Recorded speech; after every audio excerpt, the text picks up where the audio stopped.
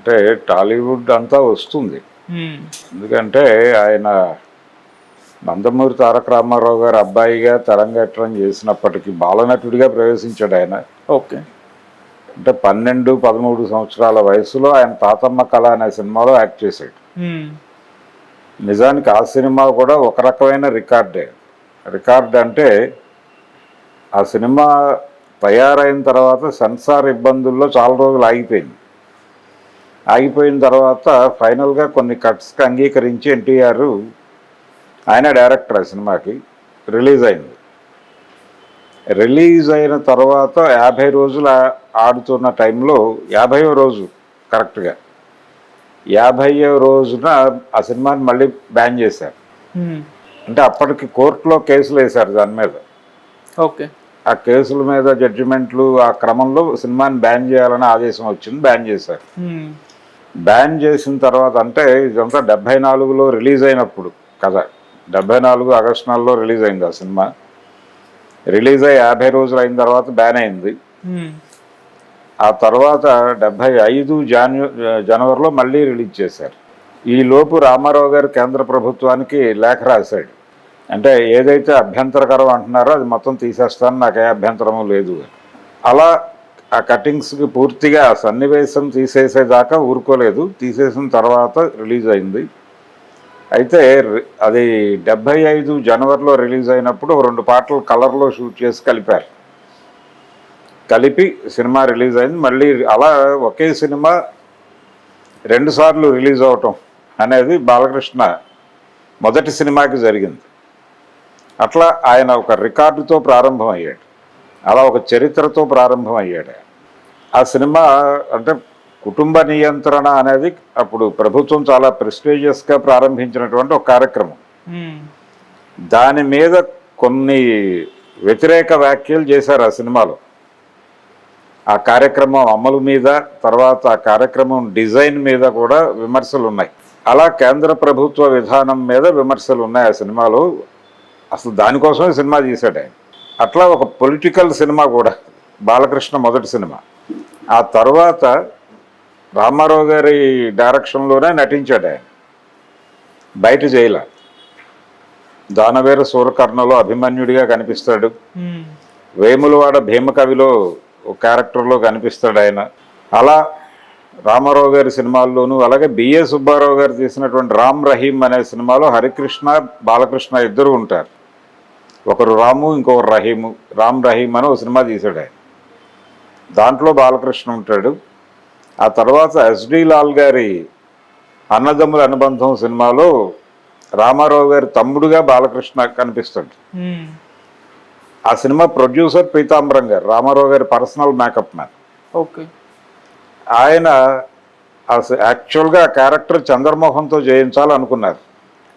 చంద్రమోహన్కి training కూడా మొదలుపెట్టారు, guitar player. ఆ గిటార్ ప్లేయరు క్యారెక్టర్కి యాదోంకి బారాత్ రీమేక్ అది. ఆ క్యారెక్టర్కి గిటార్ ప్లే చేయాల్సి ఉంటుందని చంద్రమోహన్కి నేర్పిస్తున్నారు. నేర్పిస్తున్న టైంలో బాలకృష్ణ నేను చేస్తాను ఆ క్యారెక్టర్ అని అడిగాడు రామారావు గారు. ఆయన పీతాంబరంకి చెప్పాడు చేస్తానంటున్నాడు అని. ఈయన సరే అని కమిట్ అయిపోయాడు. అక్కడ కమిట్ అయిపోయి వచ్చి చంద్రమోహన్కి చెప్పాడు, బాబు క్యారెక్టర్ లేదు నీకు ఈ సినిమాలో, అది రామారావు గారు అబ్బాయి చేస్తున్నాడు, అందుకని నువ్వేం టెన్షన్ పడద్దు, నీకు ఈ సినిమాలో క్యారెక్టర్ లేదు కానీ ఇదే సినిమాని తమిళ్లో ఎంజీఆర్తో చేస్తున్నాను నేను, అందులో ఏ క్యారెక్టర్ అయితే నీకు ఈ సినిమాలో అనుకున్నావో ఆ క్యారెక్టర్ నువ్వే చేయి అక్కడ. సరే అన్నాడు ఈయన. అయితే చంద్రమోహన్కి చివరి వరకు ఆ బాధ ఉండేది. ఆ సినిమాలో తన్ని తీసేసి బాలకృష్ణని పెట్టారు అనేటువంటి బాధ ఆయన చనిపోయే వరకు ఆయన అడపాదడపా మాట్లాడుతూనే ఉండేవాడు. ఓకే.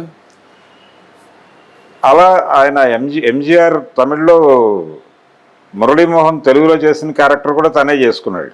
ఆయన డ్యూయల్ రోలు, ఆ రెండో తమ్ముడు క్యారెక్టరు బాలకృష్ణ చేశాడు తెలుగులో, అందులోనేమో చంద్రమోహన్ చేశాడు తమిళ్లో.